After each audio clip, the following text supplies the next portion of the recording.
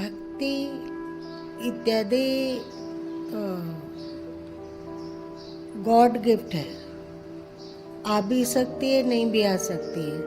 एक तरह से सोचिए कि जबरन प्रेम अथवा भक्ति नहीं किया जा सकता है, पर जबरन ध्यान किया जा सकता है कि नहीं? ये थोड़ा सा अपने अधिकार में लगता है, पर प्रेम और भक्ति, वो भी पराकाष्ठा का प्रेम, जो कि गीता के 18वें अध्याय का अंत जाते जाते फाइनल हो गया, उतनी पराकाष्ठा।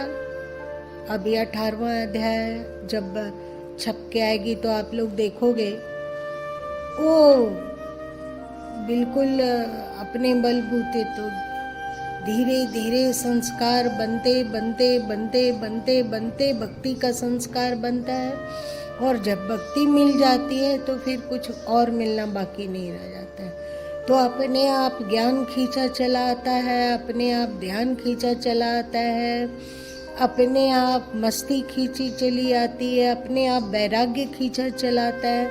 अलग से कुछ प्रयत्न नहीं करना होता है, पर ये बिल्कुल कठिन है कि भक्ति हो, कैसे होगा? जबरदस्ती कैसे किया जाएगा? पर ध्यान का किया जा सकता है, और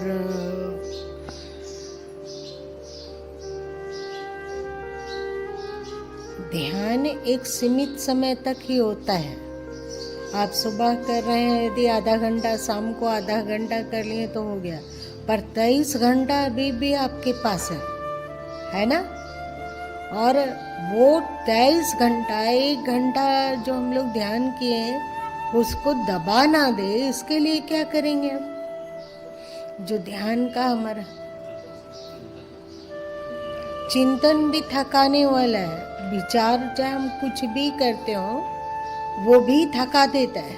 जैसे आप लोग देखे होंगे, आप लोग 2 लाख, 2.5 लाख, 3 लाख, 3.5 लाख, 4 लाख का जाप ले लीजिए 9 दिन में, उसके बाद देखिए कि थकावट होती है कि नहीं होती है।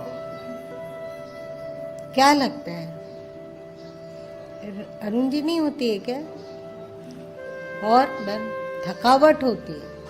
और उसी सुमिरन, इसको तो खैर नवरात्रि में हम लोग करते ही हैं, जिससे कि थोड़ा सा आध्यात्मिक ऊर्जा शक्तिशाली हो जाए, पर अन्य समय में जो गीता में कर्म योग है ना, वो बड़ा कीमती है। जो हम कर रहे हैं, करना तो होगा ही, जब तक शरीर हाथ पैर डोलता है, चलता है, तब तक तो कार्य होता ही है। तो ये इस कार्य को, मतलब इस कर्म को यदि कर्म योग बना दिया जाए तो एकदम परफेक्ट। ना ये थकाता है, ना उबाता है, ना निठल्लू बनाता है, ना ही आलसी बनाता है, और ऐसा भी नहीं कि हम बैठे रहें और हमें कोई परोस खिला के खाना दे, और ये वो कुछ भी नहीं, हम कर्मरत हैं। सदगुरु कबीर साहब कहे ना कि जब लग कर डोले पगु चाले, तब लगी आसना कीजिए। ये बहुत अच्छा है। इसी में एक होता है स्वार्थ कर्म और एक होता है भगवदार्थ कर्म। स्वार्थ कर्म कमजोर है, स्वार्थ कर्म बांधने वाला है।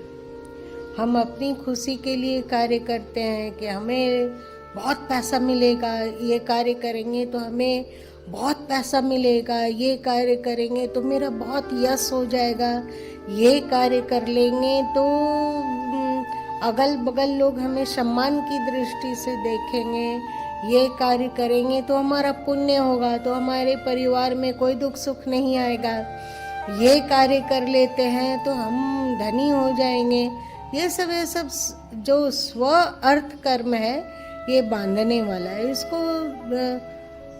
कृष्ण शाकाम कर्म बोले है ना। और एक कर्म होता है भगवदार्थ कर्म। आप लोग को बताए थे कि अर्जुन महाभारत का युद्ध अलग दृष्टि से कर रहा है, दुर्योधन अलग से कर रहा है और भीम अलग दृष्टि से कर रहे हैं, युधिष्ठिर अलग दृष्टि से कर रहे हैं, नकुल सहदेव अलग दृष्टि से कर रहे हैं। सब देखिए, सब अपने अपने अर्थ के लिए कर्म कर रहे हैं।